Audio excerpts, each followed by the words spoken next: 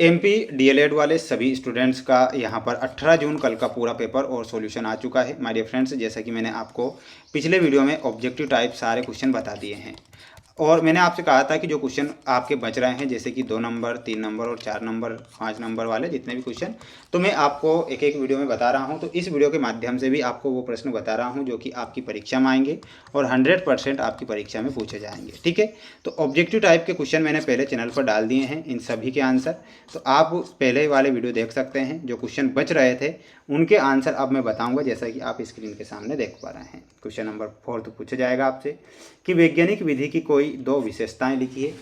नक्शा व चित्र में 2 अंतर, शिक्षण अधिगम सामग्री के रखरखाव में 2 सावधानियां लिखिए। तो इनके आंसर आपको देखना है, याद करना है।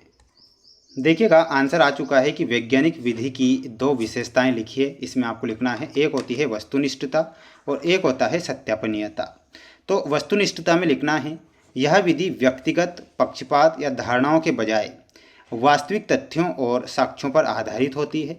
और सत्यापन में लिखना है आपको कि इसके परिणामों की जांच किसी भी समय किसी अन्य व्यक्ति द्वारा प्रयोगों के माध्यम से दोबारा की जा सकती है। तो इतना आपको क्या लिखना है, वैज्ञानिक विधि की ये 2 विशेषताएं लिख कर आना है और 2 विशेषता आएगी तो 2 नंबर का ये क्वेश्चन आएगा। ठीक है, तो ये आप यहाँ पर करेक्ट कर लीजिएगा। इसके बाद देखिएगा, जैसा कि आप अगला क्वेश्चन था कि नक्शा व चित्र में 2 अंतर लिखिए। तो नक्शा और चित्र में अंतर क्या है लिखना है आपको, 2 नंबर का रहेगा। यह पैमाने और दिशाओं पर आधारित होता है, यह बिना किसी निश्चित पैमाने के बनाया जा सकता है।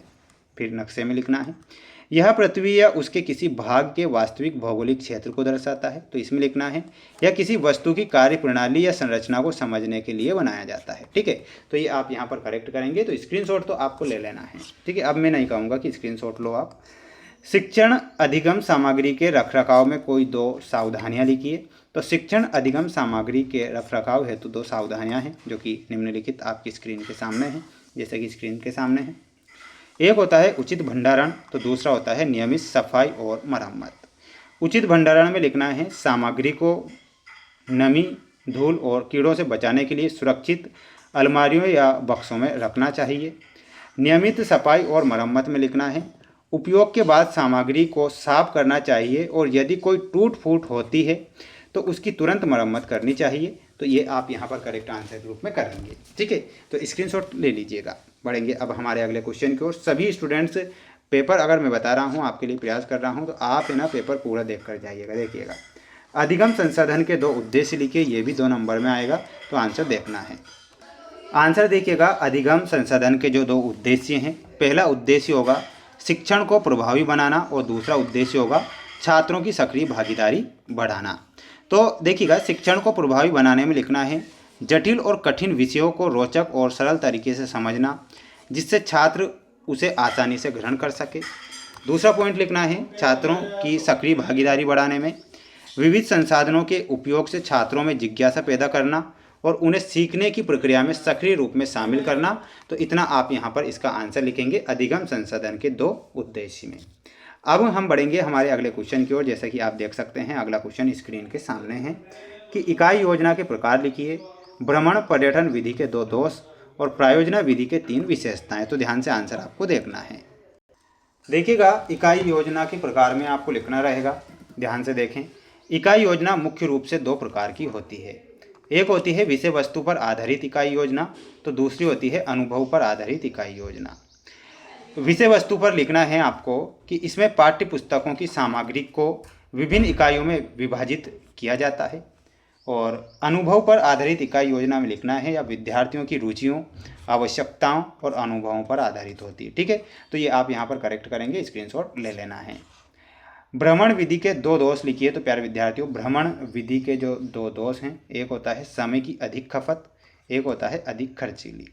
समय की अधिक खपत में लिखना है, इस विधि में योजना बनाने और यात्रा करने में बहुत अधिक समय लगता है जिससे पाठ्यक्रम पिछड़ सकता है। अधिक खर्ची में लिखना है, यात्रा, परिवहन और सुरक्षा के इंतजामों के कारण यह विधि अन्य शिक्षण विधियों की तुलना में महंगी होती है। तो इतना आप यहाँ पर करेक्ट करेंगे। तो इसका आप एक स्क्रीनशॉट ले लीजिएगा। 10वां क्वेश्चन 3 नंबर का आएगा कि प्रायोजना विधि की 3 विशेषताएं लिखिए। तो प्रायोजना विधि की जो 3 विशेषताएं हैं, जैसा कि स्क्रीन के सामने आप देख रहे हैं, इसका आंसर एक होता है प्रयोजनशीलता, क्रियाशीलता और एक होती है सामाजिकता। पहले पॉइंट में लिखना है प्रत्येक प्रोजेक्ट का एक निश्चित उद्देश्य या लक्ष्य होता है जिसे छात्र प्राप्त करने का प्रयास करते हैं। क्रियाशीलता में लिखना है इसमें विद्यार्थी स्वयं कार्य करके सीखते हैं जिससे उनका मानसिक और शारीरिक विकास होता है। सामाजिकता में लिखना है प्रोजेक्ट अक्सर समूह में किए जाते हैं जिससे छात्रों में सहयोग, टीम वर्क और सामाजिक गुणों का विकास होता है। तो इतना आप यहाँ पर करेक्ट करके आएंगे, स्क्रीनशॉट आप यहाँ से ले सकते हैं। माय डियर फ्रेंड्स, जितने क्वेश्चन मेरे द्वारा बताए जा रहे हैं और आपको इन्हें याद करना है, जैसा कि आप अगला क्वेश्चन देख सकते हैं। पूछताछ विधि की 3 उपयोग, फिल्म चलचित्र के 3 शैक्षिक लाभ और टेलीविज़न की 3 सीमाएं लिखिए। तो आंसर आपको देखना है। देखिएगा, पूछताछ विधि में लिखना है आपको, जो कि 3 उपयोगिता पूछी गई थी पूछताछ विधि की। लिखना है क्रिटिकल थिंकिंग व विकास, एक में लिखना है सक्रिय भागीदारी और इसमें लिखना है समस्या समाधान। तो पूरा आपको लिख कर आना है, स्क्रीनशॉट यहाँ से आप ले सकते हैं और अच्छे से यहाँ से याद कर सकते हैं।